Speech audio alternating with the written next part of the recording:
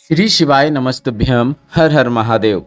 इस वर्ष श्राद्ध पक्ष की शुरुआत श्राद्ध पूर्णिमा से मतलब 7 सितंबर 2025 से हो रही है और श्राद्ध अमावस्या 21 सितंबर 2025 को 16 दिन के श्राद्ध पूर्ण हो जाएंगे। ऐसे में गुरुजी पंडित प्रदीप मिश्रा जी के बताए सरल और आसान उपाय जिन्हें आपको श्राद्ध पक्ष के इन 16 दिनों में करना है, उन्हीं में से कुछ विशेष उपायों की जानकारी आपको इस वीडियो में मिलने वाली है, जिसे आपको 7 सितंबर श्राद्ध पक्ष के पहले दिन से ही करना शुरू कर देना है। लाभ पूरे वर्ष भर आपको प्राप्त होने वाला है। इसके साथ ही गुरुजी पंडित प्रदीप मिश्रा जी की आगामी कथाओं की जानकारी, जिसे आप टीवी पर देख पाएंगे, उसकी जानकारी भी आपको इस वीडियो के अंत में मिलेगी। इसलिए वीडियो आप अंत तक देखें ताकि कोई भी उपयोगी जानकारी आपसे न छूटे। श्राद्ध पक्ष के इन 4 सर्वश्रेष्ठ उपायों में से आप किसी भी एक उपाय को कर सकते हैं या फिर अपनी आवश्यकता के अनुसार एक से अधिक उपाय भी कर सकते हैं। पर एक बात तो तय है, अगर आप गुरुजी पंडित प्रदीप मिश्रा जी के बताए उपायों में से एक उपाय भी इस श्राद्ध पक्ष में करते हैं तो लाभ आपको शीघ्र अतिशीघ्र अवश्य प्राप्त होने वाला है। बढ़ते हैं पहले विशेष उपाय की ओर। गुरुजी पंडित प्रदीप मिश्रा जी ने अपने पिछले वर्षों की शिवपुराण कथा में एक चुटकी आटे वाला श्राद्ध पक्ष का एक विशेष उपाय बताया था, जिसे हम आपको सरल भाषा में समझा रहे हैं। ध्यान से सुनिएगा, कैसे करना है, क्या करना है और क्या लाभ होता है। देव पितृ के लिए किया जाने वाला श्राद्ध पक्ष का एक विशेष उपाय है, जिसे आपको 7 सितंबर से करना शुरू करना है। आपको एक चुटकी आटा श्राद्ध पक्ष के दिनों में अपने घर का जो मुख्य द्वार होता है, जिससे आप घर के अंदर प्रवेश करते हैं, उसके दोनों ओर छोड़ना है, अर्पित करना है। एक चुटकी आटा आप अपने घर के मुख्य द्वार के दोनों ओर थोड़ी थोड़ी मात्रा में डाल दें। एक एक चुटकी ही डालेंगे तो भी पर्याप्त है, या फिर एक चुटकी का आधा आधा भी डालेंगे तो भी पर्याप्त है। अब यह उपाय करने से क्या लाभ होता है वह भी समझें।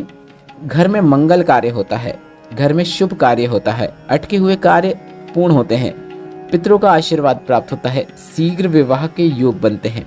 अगर आपके घर में कोई ऐसा सदस्य है जिसका विवाह नहीं हो रहा है तो आपको यह उपाय अवश्य करना चाहिए, या फिर बात बनते बनते बिगड़ जाती है तो आपको यह उपाय करना चाहिए। घर का कार्य शुरू नहीं हो रहा है तो आपको यह उपाय करना चाहिए। किसी भी मंगल कार्य के लिए या फिर अटके हुए कार्य को पूर्ण करने के लिए आप यह उपाय कर सकते हैं। इस उपाय के अंतर्गत आपको इस बात का भी ध्यान रखना है कि श्राद्ध पक्ष के जो अंतिम दिन होता है, श्राद्ध अमावस्या के दिन, आपको नदी या फिर तालाब या फिर कुएं के समीप जाकर एक लंबी बाती का घी का दक्षिण मुखी दीपक अपने पितरों के निमित्त जरूर प्रज्वलित करना है। पितरों के लिए लंबी बाती का दीपक लगाया जाता है, इसलिए आपको ध्यान रखना है कि लंबी बाती का दीपक होना चाहिए। उसमें आपको घी का उपयोग करना है। गाय का देसी घी है तो काफ़ी अच्छी बात है। साथ ही इस दीपक को जब आप प्रज्वलित करेंगे तो आपके दीपक की जो लौ होगी उसकी दिशा दक्षिण दिशा की ओर होना चाहिए। इस बात का आपको ध्यान रखना है। इस प्रकार से आपको यह उपाय को पूर्ण करना है। 16 दिनों तक आपको आटा अर्पित करना है अपने घर के मुख्य द्वार में दोनों ओर, और अमावस्या के दिन आपको शाम के समय प्रदोष काल में दीपक प्रज्वलित करना है। प्रदोष काल जिन्हें पता नहीं उन्हें बता दें, सूर्यास्त के 45 मिनट पहले से लेकर 45 मिनट बाद तक का समय प्रदोष काल कहलाता है। दीपक भी आपको तभी प्रज्वलित करना है। अब कई लोगों का प्रश्न यह रहता है कि हमारे घर के नज़दीक में कोई भी नदी तालाब नहीं है, ना कोई कुआं है, तो हम दीपक कहाँ प्रज्वलित करें। तो गुरुजी ने एक बताया है कि शास्त्रों में कुछ अच्छे वृक्ष हैं, सिद्ध वृक्ष हैं, जिनके नीचे आप दीपक प्रज्वलित कर सकते हैं। किसी मंदिर के आंगन में अगर पीपल का वृक्ष हो, बेलपत्र का वृक्ष हो, आंवले का वृक्ष हो, वट वृक्ष हो या फिर शमी पत्र का वृक्ष हो, उसके नीचे में आप दीपक प्रज्वलित कर सकते हैं। अब सभी वृक्षों के नीचे जाने की जरूरत नहीं है, इनमें से किसी भी एक वृक्ष के नीचे आप दीपक प्रज्वलित कर सकते हैं, अगर आपके घर के नज़दीक में कोई नदी या तालाब या कोई घाट नहीं है तो। अगर वह है तो आप पहले वहाँ जाएं। अब बढ़ते हैं दूसरे विशेष उपाय की ओर। 16 दिन श्राद्ध में आपको कोई भी एक दिन, आप चाहो तो यह उपाय एक से ज़्यादा दिन भी कर सकते हैं या फिर हमेशा भी कर सकते हैं, क्योंकि यह उपाय एक ऐसा उपाय है जिसे करने से आपको पुण्य की ही प्राप्ति होती है। पर 16 दिन जो श्राद्ध के होते हैं उसमें से किसी भी एक दिन आपको जब ठीक लगे यह सरल और आसान उपाय करना है। वृषकपि या विषकपि का नाम लेते हुए एक रोटी या पूड़ी या पराठा जो आपके घर में बना है उसके अंदर कुछ मीठा, मतलब खीर बना के रख दें तो काफ़ी अच्छी बात है, अन्यथा आप गुड़ या शक्कर भी रख सकते हैं। यह सभी चीज़ें गौ माता को आपको वृषकपि का नाम लेते हुए या फिर विषकपि का नाम लेते हुए खिला देना है। बस इतना ही करना है। पितरों का आशीर्वाद प्राप्त होता है और जीवन में आपको सुख समृद्धि देखने को मिलती है। बढ़ते हैं तीसरे विशेष उपाय की ओर। 16 दिन श्राद्ध के जो होते हैं उसको आप अपने घर में एक सरल और आसान उपाय कर सकते हैं। आपको अपने घर के पानी के परेंडे से, मतलब जिसमें आप पानी भर के रखते हैं, उसमें आपको जो जल होता है उस जल को लेकर अपने घर के मुख्य द्वार में आपको उसका सिंचन करना है। सुबह जल्दी उठकर स्नान कर कर आपको अपने घर के मुख्य द्वार के बाहर उसका सिंचन करेंगे तो काफ़ी अच्छी बात है। यह जल जब हम अपने घर के मुख्य द्वार में, घर के बाहर छिंटन करते हैं तो रात्रि भर में हमारे घर के मुख्य द्वार में आए पितरों को तृप्ति प्राप्त होती है और पितरों को तर्पण की भी आवश्यकता नहीं होती है, वह आपको आशीर्वाद देकर चले जाते हैं। कई लोगों का यह रहता है कि हम बिना नहाए यह जल अर्पित कर सकते हैं क्या? जी हाँ, आप कर सकते हैं, पर नहा लेंगे तो काफ़ी अच्छी बात है। बढ़ते हैं चौथे और अंतिम विशेष उपाय की ओर। अगर आपके घर में गंगा जल है तो श्राद्ध पक्ष का आप यह सरल और आसान उपाय श्राद्ध पक्ष के किसी भी दिन कर सकते हैं।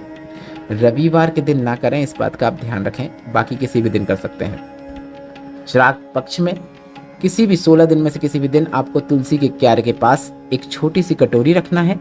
घर का कोई भी सदस्य कर सकता है, बेटा कर सकता है, बहू कर सकती है, बच्चे कर सकते हैं। घर में जितने भी सदस्य रह रहे हैं उसमें से कोई एक सदस्य भी यदि यह घर में उपाय कर देता है तो लाभ पूरे परिवार को देखने को मिलता है।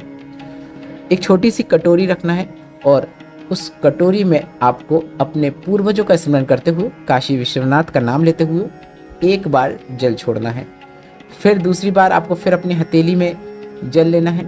पहली बार भी आपको हथेली में जल लेना था और उस कटोरी में छोड़ना था। दूसरी बार फिर से आपको अपनी हथेली में जल लेना है, सीधे हाथ की हथेली में जल लेना है और फिर से आपको अपने पूर्वजों का स्मरण करते हुए, काशी विश्वनाथ का नाम लेते हुए दूसरी बार फिर उस कटोरी में छोड़ देना है। ऐसा आपको 5 बार करना है। आप चाहो तो 7 बार भी कर सकते हैं।